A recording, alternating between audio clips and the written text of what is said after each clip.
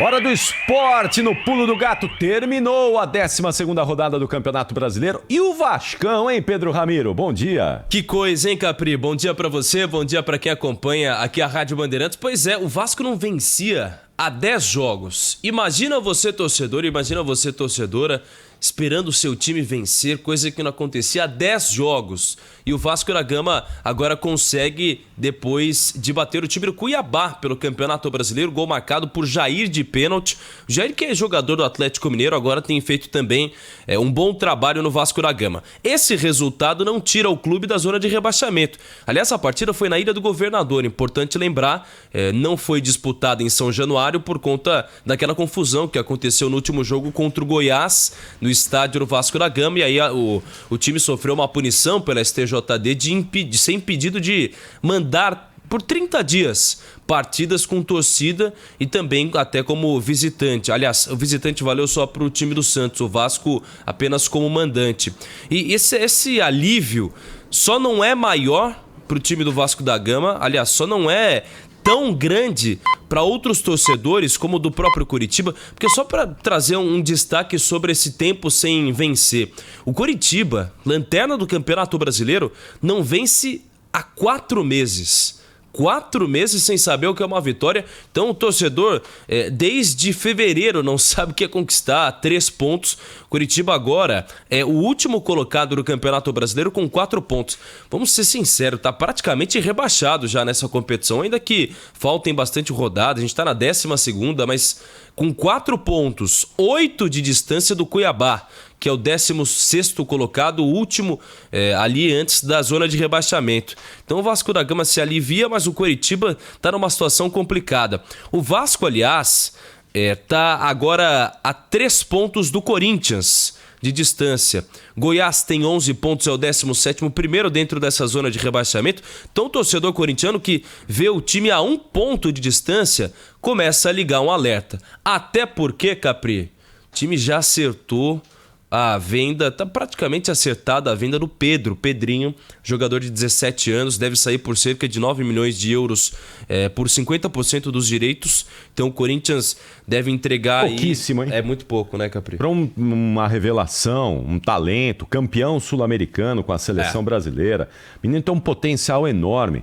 É muito pouco, é muito pouco. E o pior, não é só a questão do valor.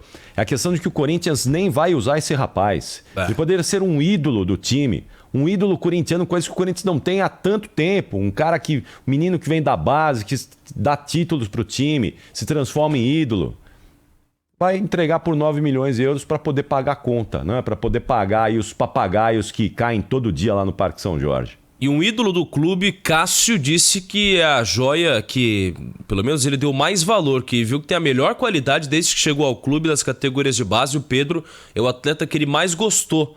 Então... E aí vai ser vendido ao Zenit da Rússia.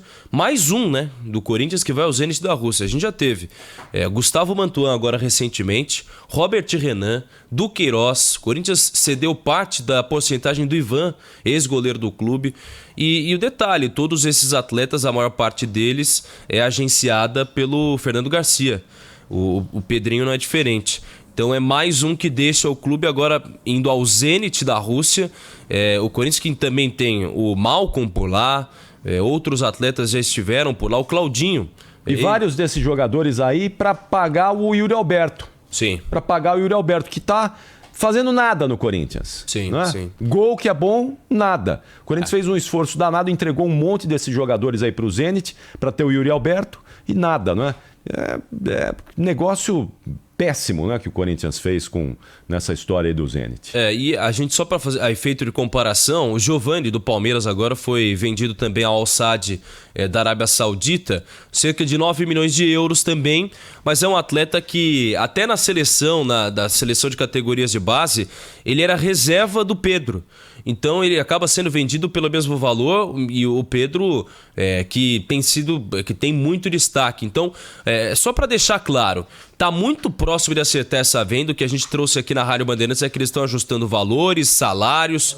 O Pedro é um atleta que ainda vai ser utilizado pelo Corinthians caso seja vendido por pelo menos mais um ano. Isso porque ele tem 17 anos e a lei do esporte não permite que ele deixe o clube para a Europa, em sentido Europa, antes de completar 18 anos. Portanto, a gente está de olho nessa situação. Agora, Capri, tem apresentação hoje lá na Baixada Santista. Sabe que tem muito ouvinte que nos acompanha direto da Baixada Santista. Vai poder ficar ligado na apresentação do técnico Paulo Turra. Boa. Que agora será apresentado oficialmente. Ele que já comandou ontem um treinamento pelo time do Santos. Santos que vai a campo na quinta-feira contra o Blooming da Bolívia e já está eliminado da Copa Sul-Americana. Pensa, e muito provavelmente vai ter time em reserva. Então Paulo Turra, que vai ter uma trabalheira. Rapaz, pensa num cara que vai ter trabalho. Se você que está acordando agora tá com uma preguiça de trabalhar, agradeça por não ser o Paulo Turra, porque vai ter muito trabalho, muita coisa pela frente. O Santos que enfrenta uma dificuldade enorme no Campeonato Brasileiro e agora, só efeito também de comparação, é o 13º colocado na competição, mas tem 2 pontos de distância da zona de rebaixamento. Então não sei não, olhos abertos no Santos para acompanhar o que acontece de fato com o clube. Portanto, além dessa apresentação hoje que a gente vai trazer todos os detalhes na Rádio Bandeirantes, a gente também transmite o jogão de bola entre São Paulo e Tigre pela Copa Sul-Americana. São Paulo muito provavelmente com um time misto, porque pode perder por até 3 gols de diferença que se classifica na Copa Sul-Americana.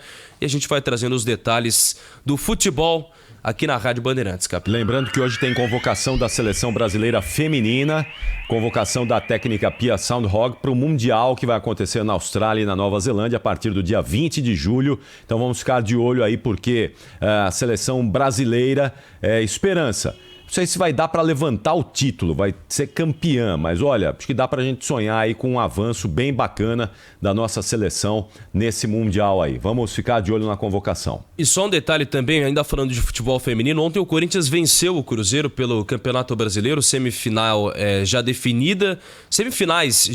O São Paulo bateu o Palmeiras no fim de semana, uma virada espetacular do time do São Paulo, e agora vai pegar a Ferroviária dia 26 de agosto, muito provavelmente pela semifinal do Campeonato Brasileiro Feminino. E a gente vai ter clássico também. Santos e Corinthians, outro jogo da semifinal. E aí vamos ver quem avança a grande final do Campeonato Brasileiro Feminino, que traremos todos os detalhes aqui no Pulo do Gato. Valeu, Ramiro. Você volta daqui a pouquinho ao longo da nossa programação. São 6 horas e 36 minutos.